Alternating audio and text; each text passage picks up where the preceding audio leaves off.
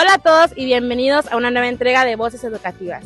Nos da mucho gusto saludarlos en este nuevo espacio digital, donde esperamos aprender en movimiento, ya bien sea que nos escuchen mientras que están caminando, cocinando o dirigiéndose a su centro de estudio. Hoy nos sumergiremos en un tema bastante importante que transforma las aulas, como lo es la metodología comparativa en la educación. Sabemos que no se trata solo de mirar qué hacen otros países por mera curiosidad, sino de entender al otro para perfeccionar y optimizar nuestras propias realidades pedagógicas. Para desglosar en este viaje conceptual, estoy acompañada de mis colegas y educadores, Carol y Andrés. Hola amigos. Hola, buenas tardes, es un placer estar aquí. El día de hoy tendremos una mesa de debate bastante interesante porque hablaremos sobre la educación comparada y de cómo esta ha dejado de ser un simple catálogo de conocimientos empíricos y se ha convertido en un enfoque un poco más robusto, con análisis más fundamentados y con un análisis bastante profundo. Saludos, colegas y audiencia. Añadiendo a lo que mi compañera comentó, pondremos sobre la mesa la necesidad de rescatar este pensamiento crítico frente a estas corrientes que intentan estandarizar la enseñanza a nivel global, lo cual considero que es un reto indispensable en pleno siglo XXI. Excelente. Para comenzar con este tema me gustaría profundizar que a veces se piensa que cuando hay cualquier contraste entre dos escuelas ya habla de una educación comparada, pero con base a las lecturas que hemos estado viendo vemos que esto va mucho más allá. Entonces es cuando nos viene la pregunta, ¿cómo se demarca realmente este campo del conocimiento? Muy bien. Bien, como dice la autora Ileana Rojas, desde la segunda mitad del siglo pasado se ha venido ampliando el marco teórico de la educación comparada. Como bien dice el experto Erwin Epstein, para crear un campo formativo se deben de reunir ciertos enfoques de diferentes especialistas. Estos enfoques intelectuales se reúnen para que se cree un solo enfoque. La educación comparada no es lo mismo que la educación global o la educación intercultural, hay que aprender a diferenciarlas, pero la educación comparada no tiene límites establecidos, de hecho son súper flexibles. Exacto, y de hecho ahí también entra el gran teórico Jürgen, que nos invita a plantear cuáles son los problemas constitutivos dentro de nuestra disciplina. No podemos caer en lo que Frances Reventos denomina como praxismo ciego o reduccionista. Muchas veces al querer solucionar un problema que se nos presenta en el aula de forma inmediata, recaemos en la comparación sin preocuparnos del sustento científico que hay o incluso los fundamentos.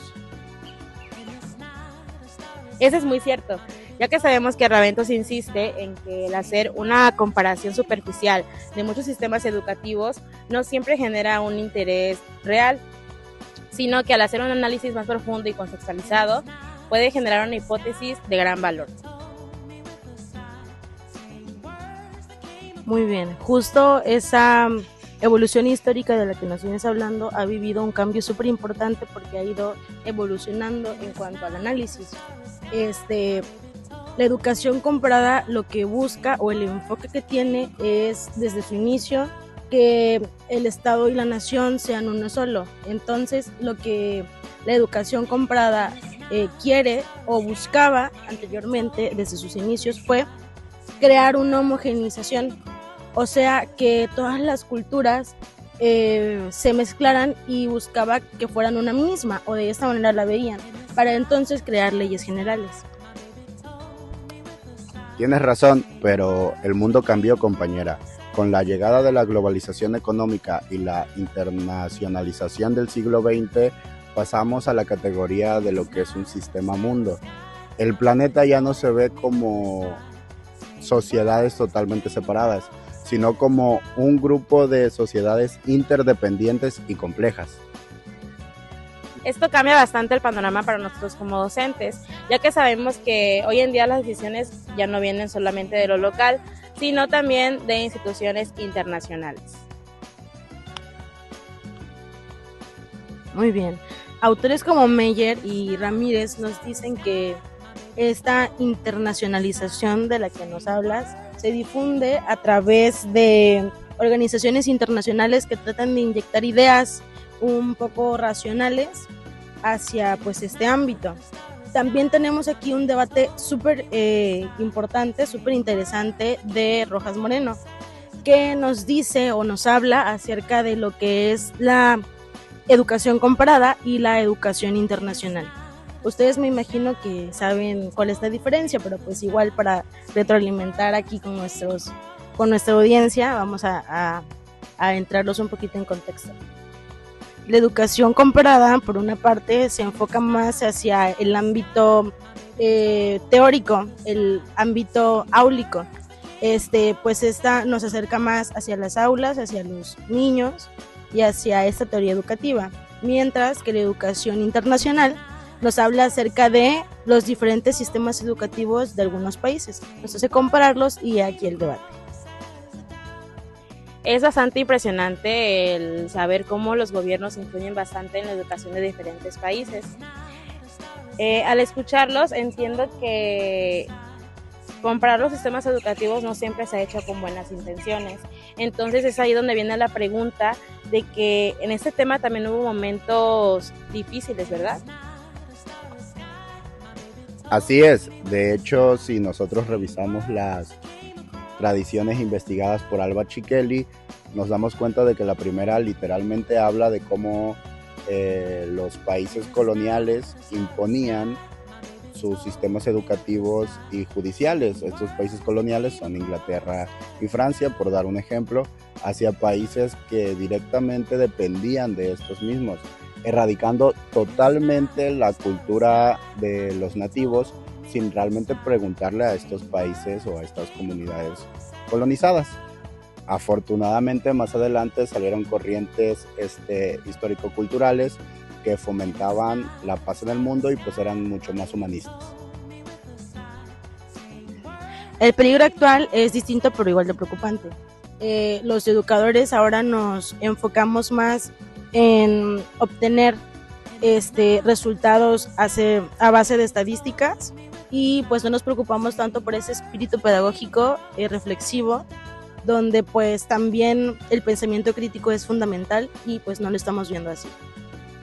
Así es, por eso es fundamental crear estos puentes científicos con otras ciencias sociales, así como la sociología o incluso la política comparada. También es fundamental concretar este concepto de educación comparada como la analogía misma, que es el comparar o buscar semejanzas y diferencias entre estos mismos sujetos de estudio.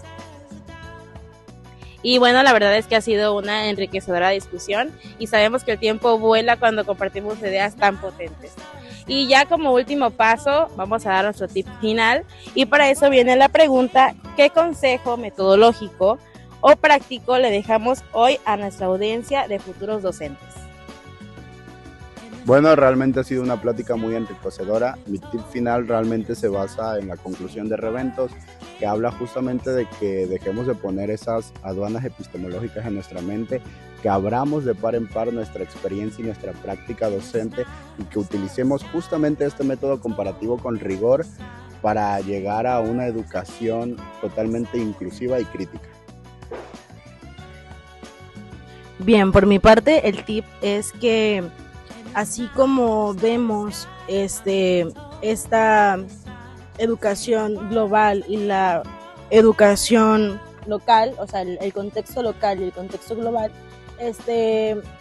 podemos verlo no solamente como aspectos apartados, sino que podemos intercalarlos para poder crear como que una misma homogeneización y así comprender cómo es que esta internacionalización afecta a los procesos endógenos de nuestras escuelas. Entonces, una vez entendiendo este aspecto, ya podemos concebir nuevas herramientas para poder llegar más profundo a nuestros contextos áulicos con nuestros niños y pues nos van a servir muchísimo más para poder ponerlos en práctica. No, pues nada, esto es todo de mi parte.